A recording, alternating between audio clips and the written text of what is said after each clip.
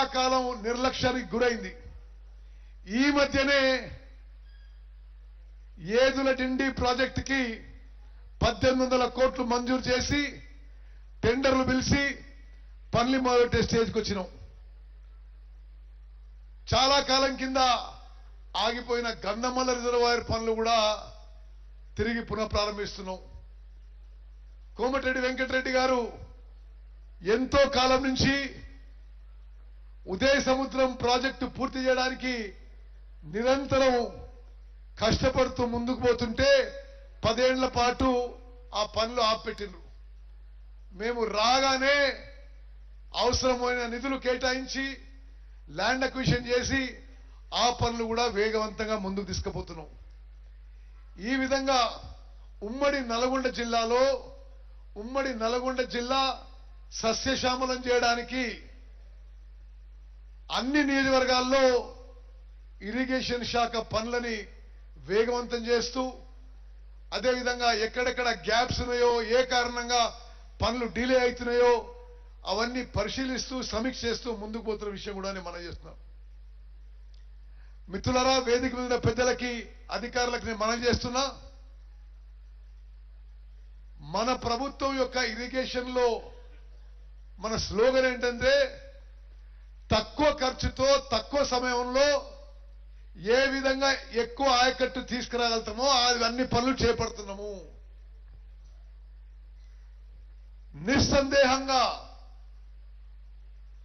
నిస్సందేహంగా ఒక విషయం తెలియజేస్తున్నాను.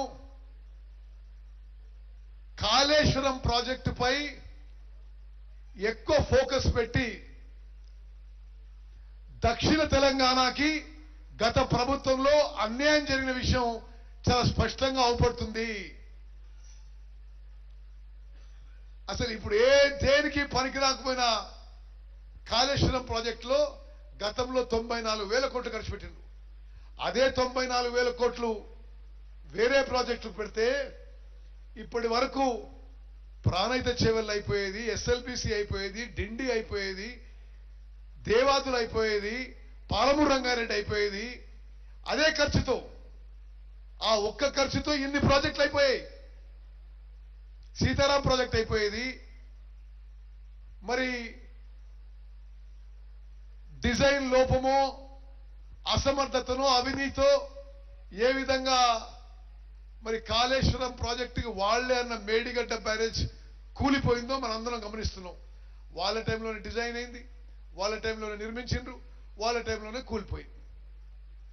దానికి ఆ ప్రాజెక్టు పెట్టిన ఖర్చు, ఆ ఒక్క ఖర్చుతో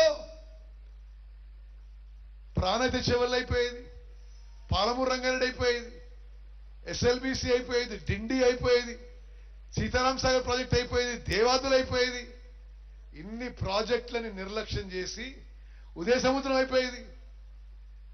అదే ఖర్చుతో ఇన్ని ప్రాజెక్టులు అయిపోతుంటే వీటిని నిర్లక్ష్యం చేసి దాని మీద ఫోకస్ చేసి తెలంగాణ రాష్ట్రానికి, తెలంగాణ ప్రజలకి, తెలంగాణ రైతాంగానికి అన్యాయం జరిగిన విషయం కూడా యావత్ తెలంగాణ ప్రజలు, రైతులు గమనిస్తున్నారు. మాస్టర్ మైండ్స్ కామర్స్ చదవాలనుకునే 10th ఇంటర్ విద్యార్థుల తొలి ఎంపిక.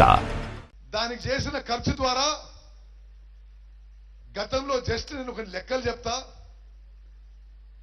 గత 10 ఏళ్లలో ఇరిగేషన్ కి పెట్టిన ఖర్చు 1.81 lakh crores, 1,81,000 కోట్లు ఖర్చు పెట్టి ఎస్ఎల్బిసి అట్నే ఉండిపోయింది, డిండి అట్నే ఉండిపోయింది, దేవాదుల పూర్తి చేయలే, మరి సీతారాం సాగర్ పూర్తి చేయలే, పాలమూరు రంగారెడ్డి పూర్తి చేయలే, ఆనాడు పెండింగ్ ఉన్న కల్వకుర్తి, నెట్టెంపాడు, కోయిల్ సాగర్ భీమా పూర్తి చేయలే, ప్రాణహిత చేవలు చేపట్టలే.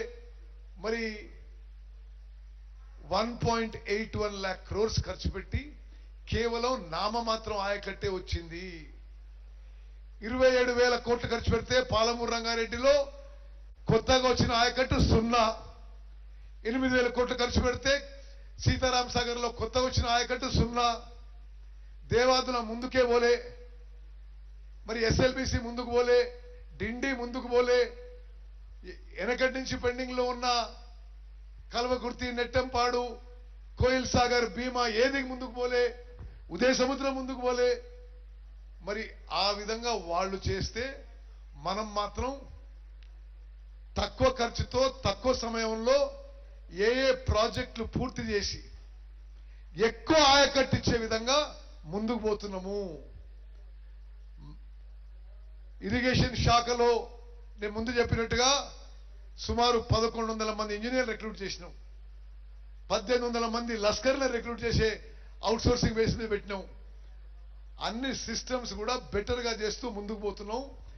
కృష్ణా నదీ జలాల కేటాయింపులో, ఎందుకంటే మిర్యాలగూడ కాన్స్టిట్యున్సీకి, మిర్యాలగూడ, హుజూర్ నగర్, కోదాడ్, నాగన్సార్కి ఇది చాలా ముఖ్యం.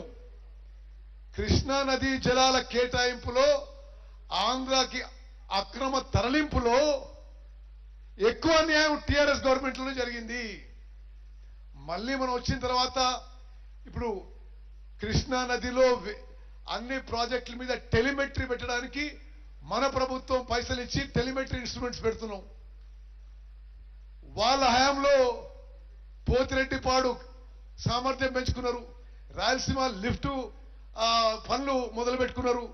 మల్యాల దగ్గర నుంచి ఇతర దగ్గర నుంచి శ్రీశైలం బ్యాక్ వాటర్ నుంచి కృష్ణా నది జలాలు అక్రమంగా తరలిస్తుంటే ఆ అన్యాయాన్ని వాళ్ళు జస్ట్ నిశ్శబ్దంగా ఉన్నారని చెప్పి విషయం మనం చేస్తున్నాం. కృష్ణా నదీ జలాల్లో ఎక్కువ అన్యాయం గత ప్రభుత్వంలో జరిగింది. మనం వచ్చిన తర్వాత నిరంతరం పోరాటం చేస్తున్న విషయాన్ని మనం చేస్తున్నాం. గోదావరి జలాల్లో, సీతారాం సాగర్ లో మనం వచ్చిన తర్వాత గోదావరి నదీ జలాల్లో 67 టీఎంసీలు నీటి కేటాయింపులు చేయించినాం. అదేవిధంగా పాలమూరు రంగారెడ్డికి, సమ్మక్క సారకు కూడా నీటి కేటాయింపుల ప్రక్రియ అడ్వాన్స్ స్టేజ్ లో ఉంది. మరి ఇవన్నీ మీకు మనవి చేస్తూ ప్రత్యేకంగా ఉమ్మడి నల్గొండ జిల్లా సస్యశ్యామలం చేయడానికి తప్పనిసరిగా మనం వేదిక మీద ఉన్న ప్రజాప్రతినిధులందరం కూడా, అధికారులందరం కూడా మరి కృషి చేసి మాస్టర్ మైండ్స్ కామర్స్ చదవాలనుకునే 10th ఇంటర్ విద్యార్థుల తొలి ఎంపిక